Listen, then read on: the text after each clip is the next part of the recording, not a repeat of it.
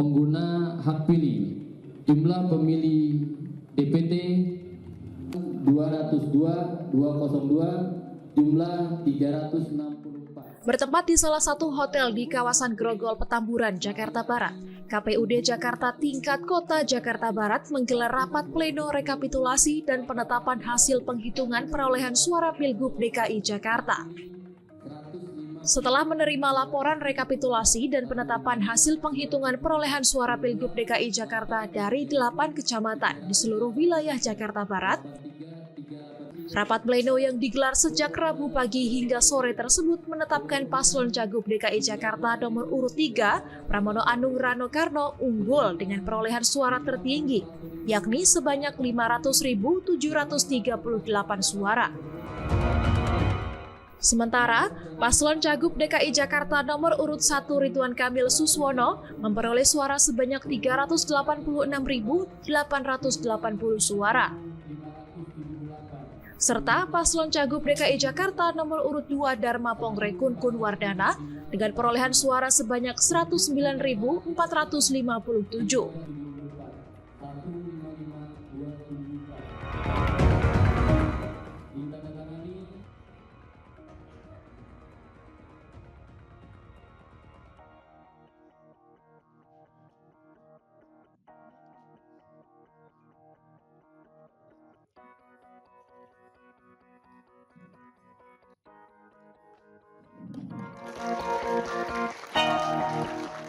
Ketua KPU tingkat Kota Jakarta Barat Endang Istianti mengatakan, rapat pleno rekapitulasi dan penetapan hasil penghitungan perolehan suara Pilgub DKI Jakarta dari 8 kecamatan di seluruh wilayah Jakarta Barat tersebut berjalan lancar serta sah.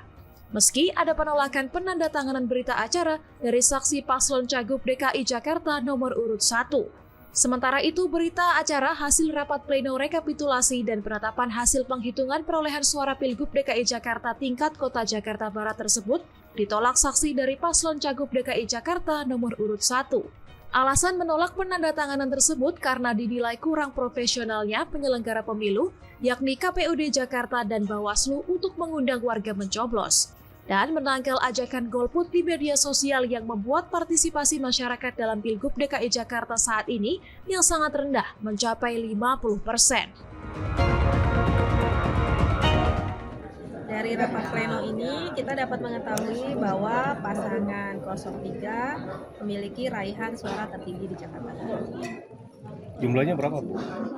500.000 sekian tadi itu ya. Nanti bisa kita sampaikan nanti hasilnya. Nah, dari tadi ada salah satu saksi dari paslon yang tidak tanda tangan, Bu. Gimana, Bu? Iya, betul. Saksi dari paslon 01 tidak bertanda tangan, tapi kami merasa dan menganggap ini hal biasa dalam kontestasi politik. Tapi tetap hitungannya sah ya, Bu ya, surat? Sah. Berarti ini sudah rampung semua? Sudah selesai, nanti jam 8 kami akan mengantarkan kotak hasil kami ke KPU Provinsi DKI Jakarta di Salemba. Setelah selesai disahkan, seluruh dokumen rapat pleno rekapitulasi dan penetapan hasil penghitungan perolehan suara Pilgub DKI Jakarta tingkat Kota Jakarta Barat tersebut kemudian dimasukkan ke dalam box tersegel untuk selanjutnya akan langsung diserahkan ke kantor KPUD DKI Jakarta.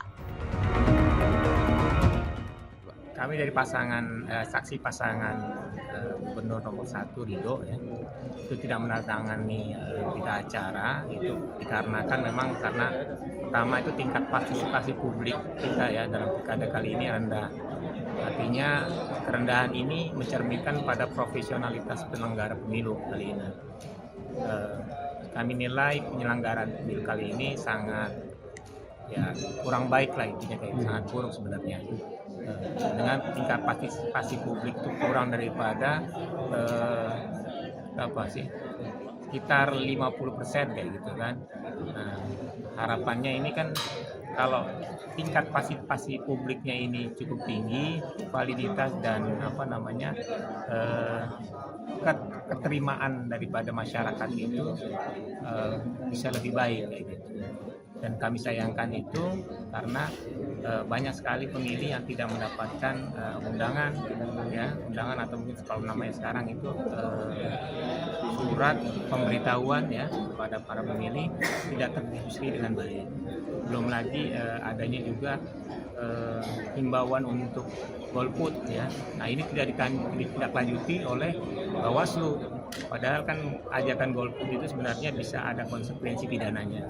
Nah itu tidak direspon oleh baik oleh KPU maupun juga oleh Bawaslu.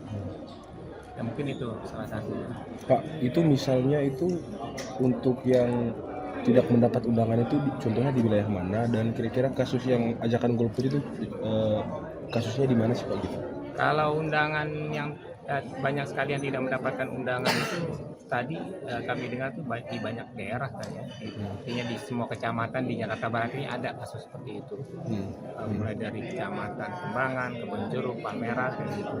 Dan itu juga dibuktikan dengan banyaknya juga undangan pemilih itu yang kembali kepada pihak KPU ya dalam hal ini itu karena tidak ditemukan ya pemilihnya kayak gitu ya.